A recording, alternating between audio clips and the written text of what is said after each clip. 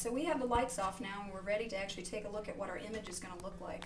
And this is actually the part that's really usually exciting for level 1 students especially, because it's the first time that you see your image projected in a large format. So what I'm going to do, we were making contact sheets earlier. And because we were making contact sheets earlier, the image that is going to show up when I do this is going to be really big. So what I'm going to do is come to my timer and I'm going to change it back into F mode. Remember, F means focus. And when I turn that light on, you can immediately see that there's a really big image here. The image is, if we were working in class, way too big for your print assignment. So what I have to do is change the magnification so that it will fit into the size of one of these predetermined rectangles. So to do that, I'm going to come over and adjust my height elevation.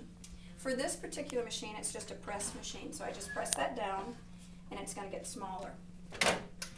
Then I'm going to adjust it, check the size, and when I change the magnification of any image, two things happen. The first thing that happens is the image is going to get blurry. Okay? The second thing that's going to happen is that the amount of light that it takes to create a correct exposure is going to be adjusted. That's why we have to make new test strips for every single print we make. I'm now going to come over and I'm going to adjust that fine focus knob. If you remember back when we did our contact sheet and we were trying to make a nice sharp rectangle of light, we use the same knob to do that.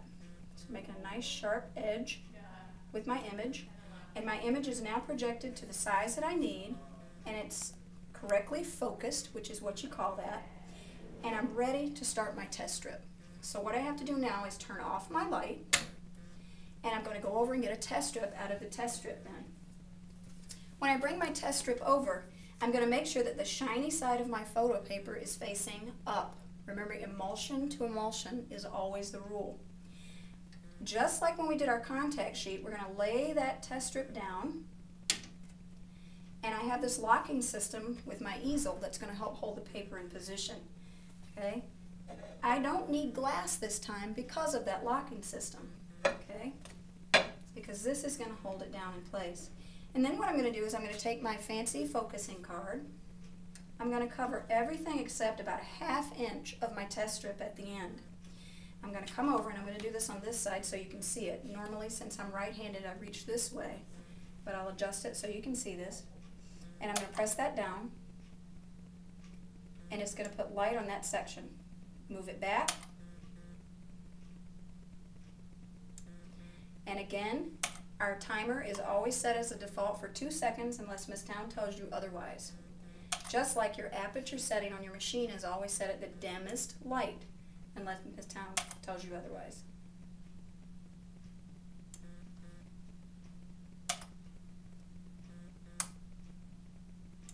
We're adjusting this, moving it back, and we want to have at least 5 clicks or value variations as you're creating this, because that's going to give you more options.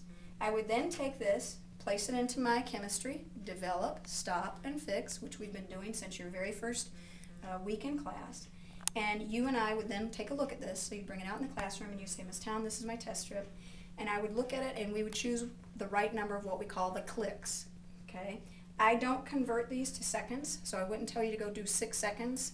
What I would tell you, looking at your test strip, I would say go do 3 clicks or 2 clicks.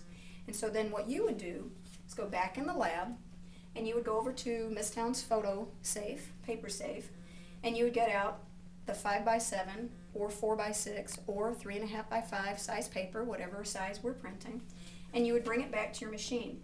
Emulsion side up, you would lift up your easel, place your paper inside, and close it. And now, because Miss Town has already told me that, for example, maybe this one needed 3 clicks, I don't need to do anything except come over and press my button 3 times.